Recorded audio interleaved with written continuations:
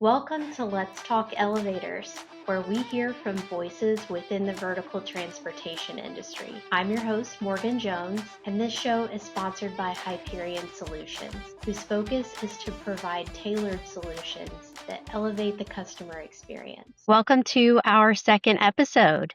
Today, we're going to take a big picture look at the elevator industry, talk about where we've been, where we're going, and what kind of changes are shaping the future of vertical transportation. So today we have special guest Ryan Kraven. Ryan, tell us a backstory. How'd you get here? Where are you from? What do you do? I'm from New Jersey. I've been in the elevator business for 25 years. So my story is actually kind of unique. At least I think so. I decided I needed to better myself somehow and started studying for the GMAT and wanted to go back to school to get my MBA and did that. And I got into Rutgers and Newark for my their master's program. Most of the classes were at night, so I wanted to find a job in New Jersey, so I was able to commute to Newark every night to go to class. And Monster.com had just come out, and there was an ad for a sales job at computerized elevator control in Moonachie, New Jersey. If you remember them, they were the makers of the Swift Futura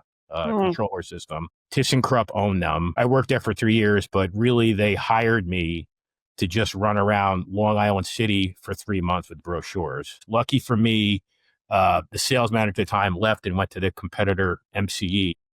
So they needed a sales manager. I was able to jump into that role and reading specs like you do every day and putting out controller pricing. I did that for 3 years. I graduated, got my degree, and then wanted to expand my career with Thyssen. And the guy who was the president of CEC would then ran the New York ThyssenKrupp region. So I asked him for a job, and he told me that the mod manager at New York Elevator, which was a company they owned. In New York, there's the local 3 aspect, right? For the others on listening to this, New York is the only place in the country that the IBEW is allowed to operate as an elevator service contractor. So in New York, ThyssenKrupp owned a company called New York Elevator, and they were a big elevator company there, 5,000 units. They maintained at the time the Empire State Building, the Woolworth Building behind me, they maintained. So the guy running their mod department was retiring, and the region president, put me up for that job. 3 years of doing specs, for controller pricing. I thought I knew everything.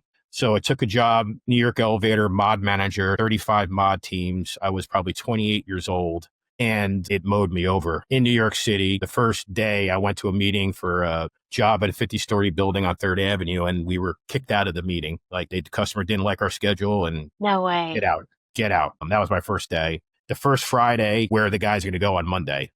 We sat in a room for 4 hours, not really knowing anything about elevators operationally. I thought I did, but 6 months in, I don't know if I'm going to make it or not. But, one of the benefits of working in Manhattan is the subway system, and most of our jobs were in Manhattan. So if there was something that I didn't know, like, entrance installation, putting in a sling and platform, seeing how a basement rope job would work, I would hear that it was happening. I would hop on the subway and go see with my own eyes and understand it and talk with the guys. I was able to kind of learn the business just by absorbing myself in it and being a good boss and allowing people to tell me and teach me and mold me, while also trying to make money for the company at the same time. So that's how I started in the elevator business. I did that for 4 or 5 years, and then I was recruited by Schindler Elevator to run their local 3 company, Slate Elevator. So I worked there for 5 years, and I had to learn the service side of the business, which has its own challenges. The benefit, which helps me today in my role as COO of Metro Elevator, is Schindler kind of treated Slade like a independent elevator company. I was the president of Slade Elevator, and I got a salary from Schindler, but I had to run Slade Elevator like I was the owner. I had to deal with their bank account, their insurance policies. I had to go to the local 3 collective bargaining agreements. Didn't get a lot of support from Schindler. So using that knowledge now it's helpful. Then I had a number of jobs living in New Jersey and working for Schindler Elevator. I had the ability over the next 10 years after that to have a number of different roles, both in the field operations on the headquarters side. I had jobs like I was the national repair manager for Schindler. I ran a war room that handled all their larger modernization and service projects around the country. I handled mod sales for all of the country as well, and also ran the Northeast. I was at Schindler for a long time, and I really thought I was going to be there for forever and ever and retire there. We started in New York in 2021. We made it. We now have 60 guys. We're a very proud IUEC company. And now we kind of took the model, and now we're in 23 different markets around the whole country. And I'm the chief operating officer of it. Long-winded story, but that's me and my career in the elevator business. I love it. I think that's such a fascinating story and a really great insight into the wealth of experience that you've had from a very corporate side of things with one of the majors to starting an independent, a really impressive road to travel. And I'm excited to have all of your insights. I also really love the way that you shaped how you started to learn by taking each of those opportunities to get into a motor room, to an elevator pit, to soak it up like a sponge and get hands on and learn it. I think that's such a big, important part of learning is to have that humility aspect and be willing to just get in there and say, I don't know it, but I want to learn it. I Yeah, love that. and that's a thing in our industry too, especially for people from coming from outside, especially on the sales end. You want to come across like you are a consultant, the elevator, you have the customer's back. At Schindler, one of my jobs was an area sales role where I made it a point to bring newer sales reps, almost like an elevator 101. Mhm. This is that, this is this, because it just comes across so much better in our industry. It's a very complicated device, as so many different variations and makes and models. I'm still 25 years in and, surveying equipment, you still see something you haven't seen quite often. I believe that. I believe that. Well, considering you've got this long runway with all of this experience, let's shrink it just to the last maybe 5 to 10 years. What kind of things do you feel like have really changed within the industry just in kind of the recent term? The company you work for prides itself on technology, but I'm almost actually surprised with the lack of innovation, especially in the US market, in how things are done and new things that we see. I guess what comes to mind, running a mod department in 2004, we still do modernizations with the almost similar equipment in 2025. Yeah. You see some things different where, I see more gearless machines than geared machines, but you still see a lot of geared machines. Controllers are pretty much the same. Some of the things that are innovations, like regen drives, I mean, that's 20 years old now. Hmm. Hmm. you know, Destination dispatch is great and there's new variations that have come, but it's a 30-year-old technology. I mean, there's new cool touchscreens on it. In America, a lot of, the big advances are really around the code mandates that come out, like your company with the dual plunger innovations and door lock monitoring. But that's really forced on us because of jurisdictions putting out mandates, which we love in our industry. I went to Interlift in Germany a couple years ago, and this is the reason I think why there's a lack of innovation is I was there on the hunt looking for a good MRL product. I saw lots of cool things, smaller machines, smaller footprints, fixtures with amazing touchscreen and displays and just a lot of cool things. And I would go into their booth. They would hear my accent and be like, oh, you're American. I'd be like, oh, okay, first few times. And then all of them, basically told me that, their company either tried or knew better to try to go into America and try to do business. And that's really because of the jurisdictional regulations that is Yeah. kind of just the status quo in America. And I think as our industry, we want to advance it. I think that's really held us back. I agree. I think I've had some of the same insights and experiences just with outside suppliers from other parts of the global market and what an uphill battle or large hurdle it is to try and bring business to North America. So I think that that's a really fair assessment. And I think we do have a long way to go in the way of innovation in this market for sure. Yeah, working at Schindler, they obviously had their products that were mostly designed in Switzerland. I mean, I give you, for instance, like their MRL product, they could not get approved in the state of California. Just the regulatory approvals needed to get things across the finish line is just, it takes forever. And, you have some states like New York and Massachusetts that, an MRL has to have a motor room. And, I get why, and there's good safety reasons as to doing so, but it's a waste of space and it's probably not needed in 2025 yet. Those still are in existence. On the modernization side, I was with a customer in Queens. We're doing a well-needed modernization and, was with that customer in the motorhome and he's like, what's going to be different? And, it's an existing Hollister machine, basically be the same thing that's going to go back with a rope ripper, and the controller will maybe have a few less clicking things, but it's going to look pretty much the same. And the elevator is going to operate more reliably, but the same way. So, especially the advances on the rider experience side, I think we're lagging behind in America. I think it's mostly due to the restrictions from the regulatory committees, and there's so many different ones. In New Jersey, you have 7 different inspectors that have their own interpretation of code, and it's just holding us back as an industry, especially in the United States. Yeah, I can agree with that. I think there are a lot of various factors that change so much jurisdiction to jurisdiction, place one to the next. So I think that that's a very fair assessment and something that we all need to put a focus on if we're going to make any kind of radical change.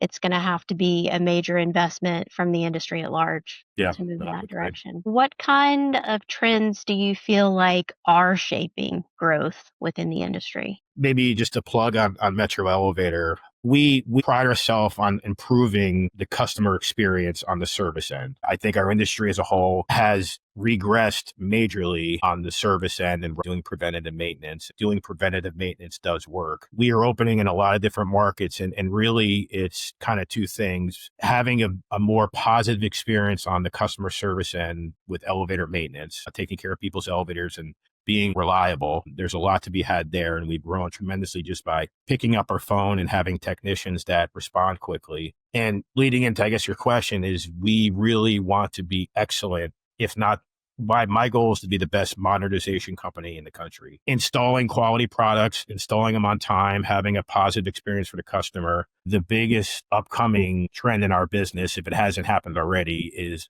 mod is going to go crazy.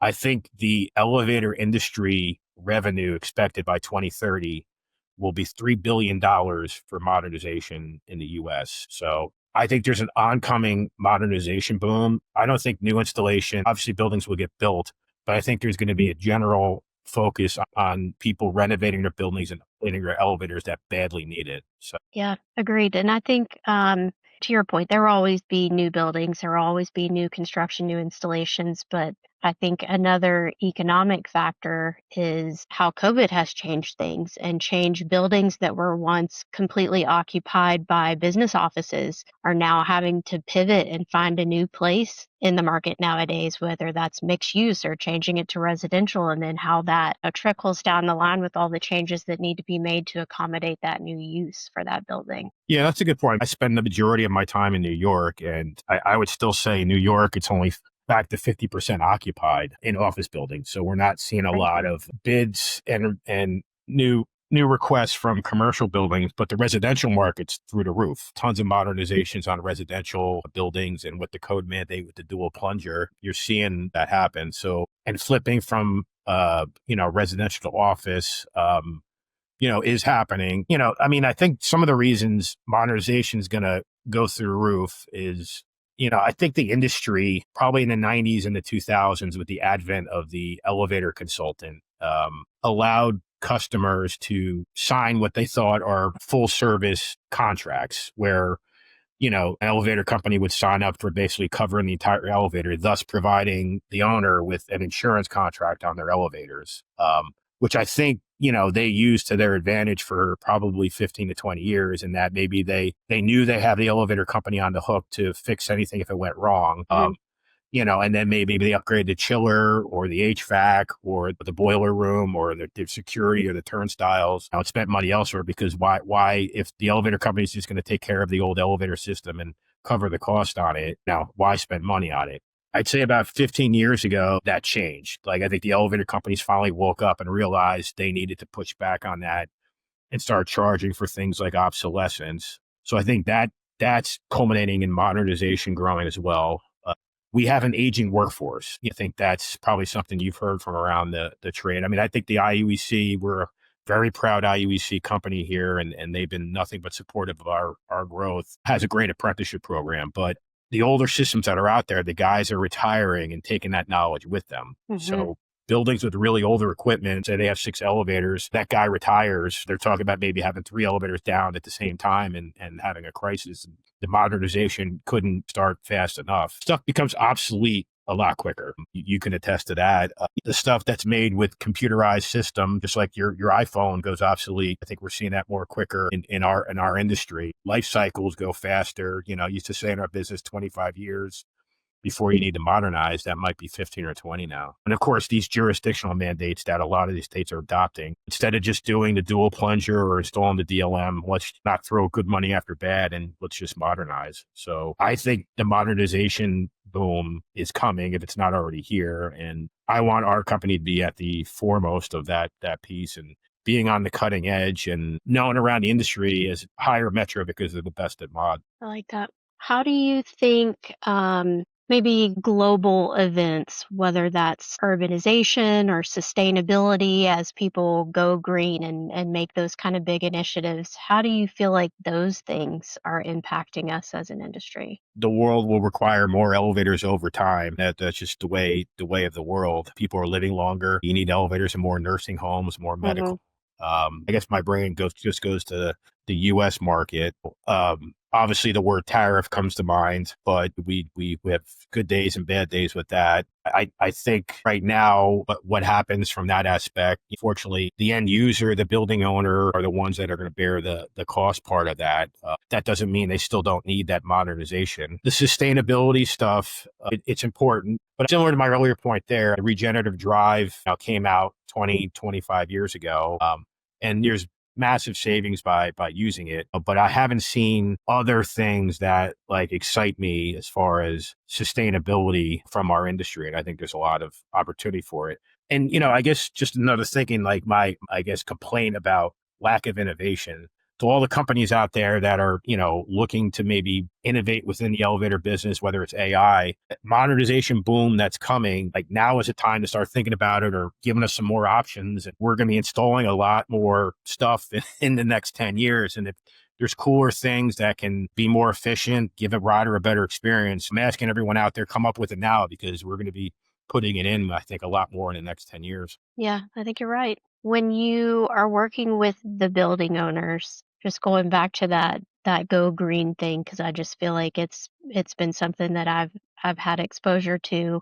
How much are building owners putting emphasis on sustainability or energy efficiencies and things like that? How much weight are they pushing in that direction? You may not like this answer. If it saves them money, they are. I think it was 10 years ago, it was foremost in everyone's mind, and there was LED certifications and rebates that they Hmm. could Hmm. latch onto.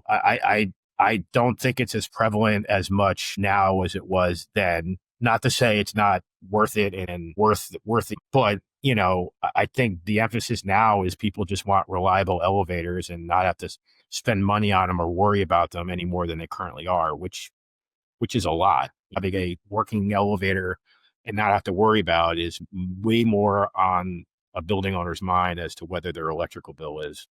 May not be the right answer, but that's been my experience, and most of my experiences in New York, and they're tough customers there, and they're also very cognizant of the money they're spending. And 10 years ago, maybe they were more worried about their electrical bill than they are now. Yeah, I think maybe a little bit unique to North America versus other places globally that maybe view things like their elevator equipment as short term. They're just going to replace it. I feel like in the North American market specifically, people have a bigger focus on retention, longevity, really attentive to the investment that they're making in their property and wanting to see that longevity, that Yeah. long term use. Yeah, another difference between America and say Europe or Asia is just the size of the elevator itself. Our For elevators sure. are humongous. We like big cars, big elevators. Just maybe it's the American way. In the end, especially in your tougher markets like New York, what have you done for me lately? I just want that elevator to run, and I don't want to spend a lot of money. Do you feel like there are economic cycles that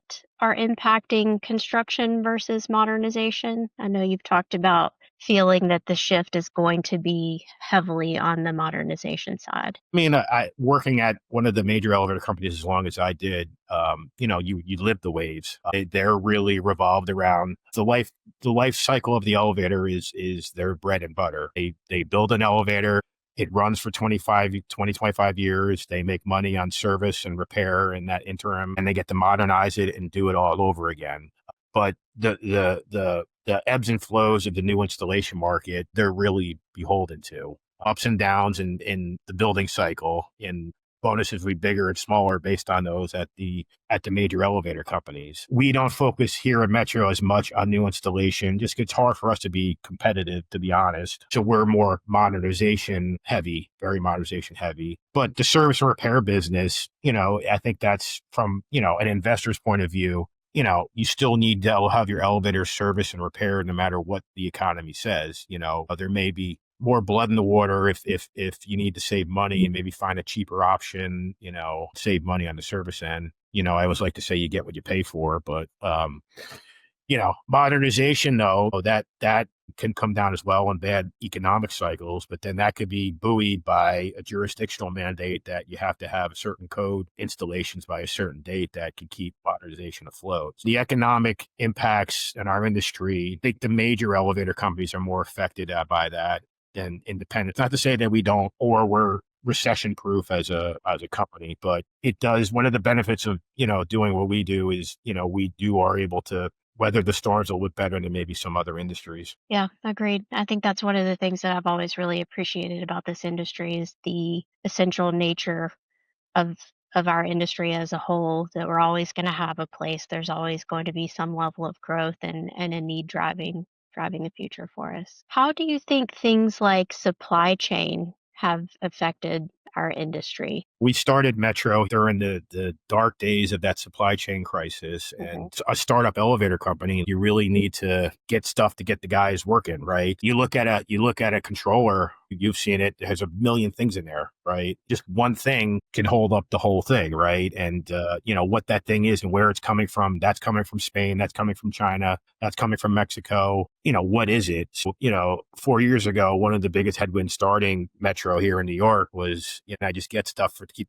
to get the guys working. But maybe that is one change from 25 years ago is there's a lot more, I think, options than there were 25 years ago. Companies like yours, new companies in the industry, we still install mostly GAL for doors. I used to refer to it as the Soviet Union because we're the only game in town. They still kind of are. We love GAL doors, so hopefully they don't listen and get mad, but there are options out there. Maybe they're not the best options, but there are other options out there. On the machine front, it used to be Hollister Whitney only. Right now, your company has your options. Sometimes it's who can do faster for you if you need it in a rush. You start recognizing who has issues and who doesn't. You got to stay on the front line as far as reading the tea leaves as to, I've heard this controller company is having a problem with soft starts. Let's buy from that one. And we have a lawyer organization, so we have a very good communication system, and who's here and what.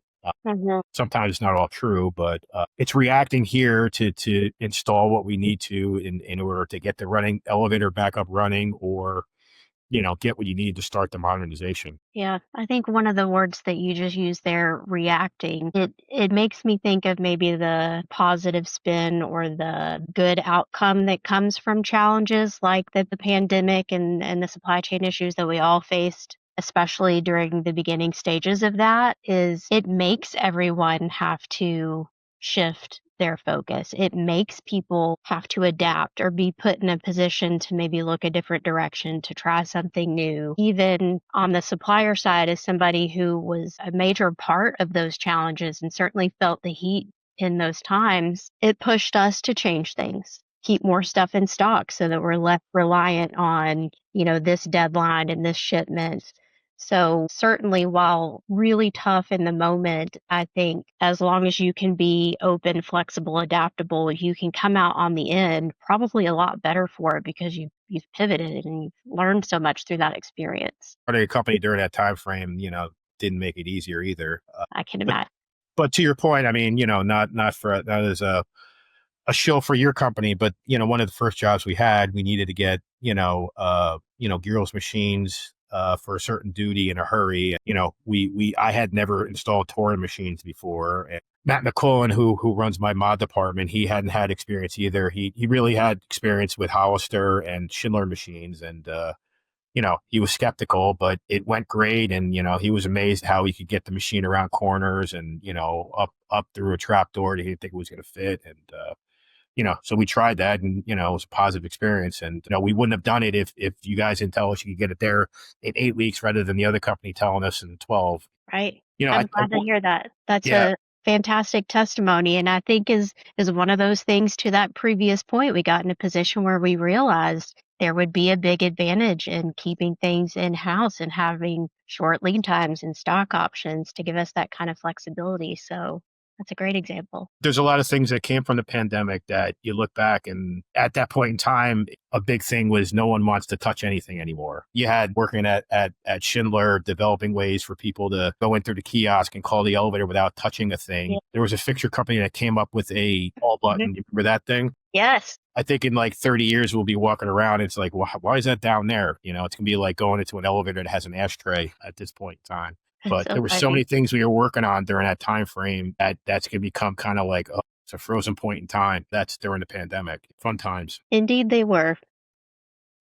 Well, tell me, maybe just kind of as a last thought, what do you think the industry is getting right, and what do we need to change? We're seeing a lot of consolidation in the independent sector. Quarterly results need to improve. Shareholders need to see EBITDA growth. And the easiest lever to cut cost in the service part of the business. So it's almost scary out there what I'm seeing. Surveying new elevators, I still go out and take notes and help give maintenance pricing for our offices. But it's kind of surprising how many motor rooms I can go to and write my name in dust on the machine. I believe that.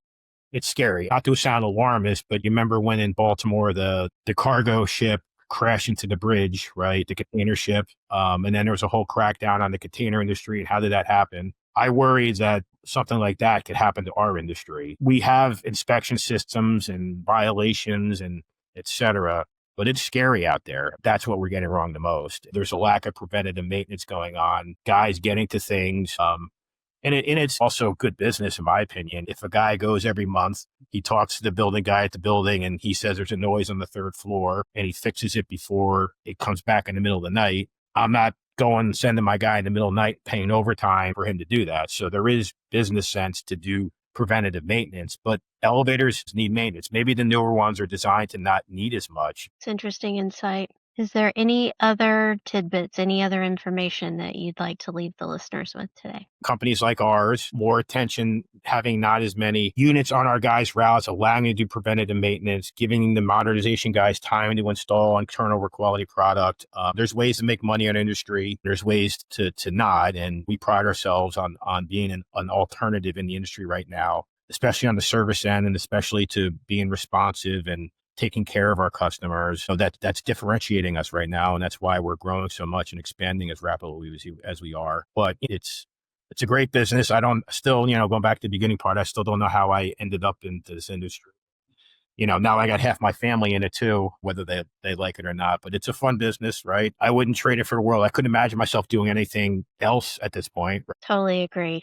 That's kind of a very broad and general sentiment from most people who are in it. Once you get in, you don't leave it. Yeah. But it's a challenge, different challenge every day. And this is the life I've chosen, and I love it. And starting Metro Elevator here 4.5 years ago, it's been the most rewarding thing I've ever done. Our growth around the horn is I think testament to maybe that we're doing it the right way, and it's fun. Absolutely. I think incredible, impressive growth from you guys in such a short amount of time. Kudos. Thank you. Well, Ryan, I appreciate all of your insights and commentary today. Loved having you on the show. Thanks for being here. You're welcome. Thank you for having me. Bye-bye. Thanks for listening to this episode of Let's Talk Elevators. If you enjoyed the conversation, subscribe and leave us a review. If you have questions or ideas for a future episode, connect with us at letstalkelevators.com. Until next time, stay safe and keep moving up.